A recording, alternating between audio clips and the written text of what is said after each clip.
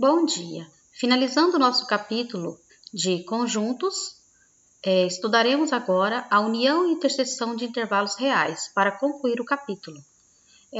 Aplicamos as definições de união e de interseção de conjuntos na representação gráfica de intervalos, projetando-os no mesmo eixo, ou seja, nós vamos pegar os conceitos de união, que é juntar todos os elementos de dois conjuntos ou mais em um único conjunto, e a interseção de conjuntos, que é aquela que a gente verifica os termos comuns aos dois conjuntos, e vamos representá-las no gráfico, na representação gráfica dos intervalos. Então, vamos ao exemplo. Exemplo 1. Sejam os intervalos menos 3 aberto, ou seja, o menos 3 não pertence a esse intervalo, aberto, e 2 fechado, e o 1 fechado e 3 fechado, determine. Então, eu tenho dois intervalos. O primeiro intervalo ele vai de menos 3 a 2, aberto no menos 3, fechado no 2. O segundo intervalo vai de 1 a 3, fechado no 1, fechado no 3. Determine a união dos intervalos, a união do primeiro intervalo com o segundo intervalo. Primeiro, temos que desenhar a reta real. Então, nós temos a reta real.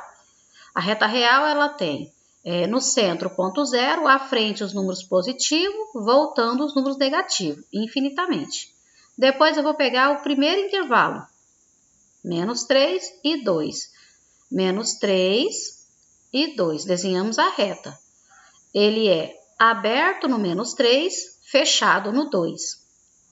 Agora pegamos o segundo intervalo, 1 e 3, fechado no 1, bolinha fechada, pintada, né?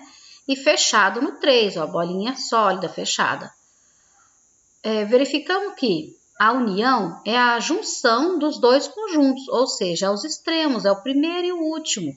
Então, o primeiro aqui, entre os dois conjuntos, vai ser o menos 3, e o último, entre os dois conjuntos, vai ser o 3. A união é a junção de tudo, a união do primeiro intervalo com o segundo intervalo vai ser de menos 3 a 3. Aberto no menos 3, fechado no 3.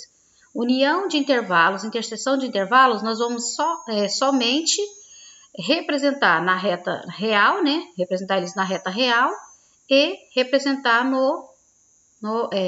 entre colchetes. Então, a resposta, o intervalo vai estar aberto no menos 3 e fechado no 3. Essa vai ser a união dos dois intervalos, o resultado dos dois intervalos. Letra B.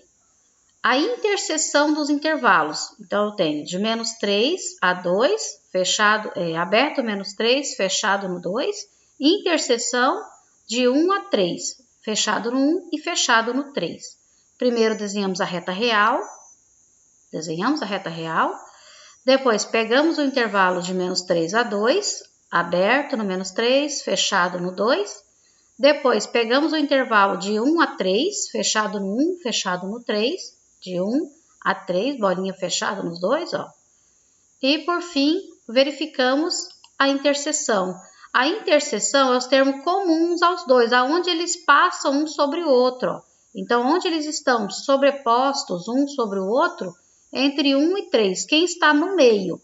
A interseção é os termos que estão no meio, entre os dois conjuntos, entre os dois intervalos.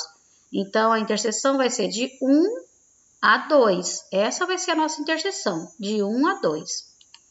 Resposta, fechado no 1, fechado no 2. Colchete voltado para dentro é fechado, né? Voltado para fora é aberto.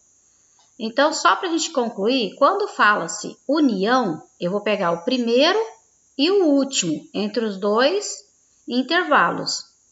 E vou formar um novo intervalo, é a união, entre o primeiro e o último, é tudo. Quando eu falo a interseção, que é o termo comum entre os dois intervalos, é só onde eles transpassam um sobre o outro, onde eles se interpõem um sobre o outro. Quem está no meio, os dois pontos que estão no meio, vai ser a interseção. No meio entre os dois intervalos, quem está no meio entre eles é a interseção. Espero que todos tenham entendido e bons estudos a todos.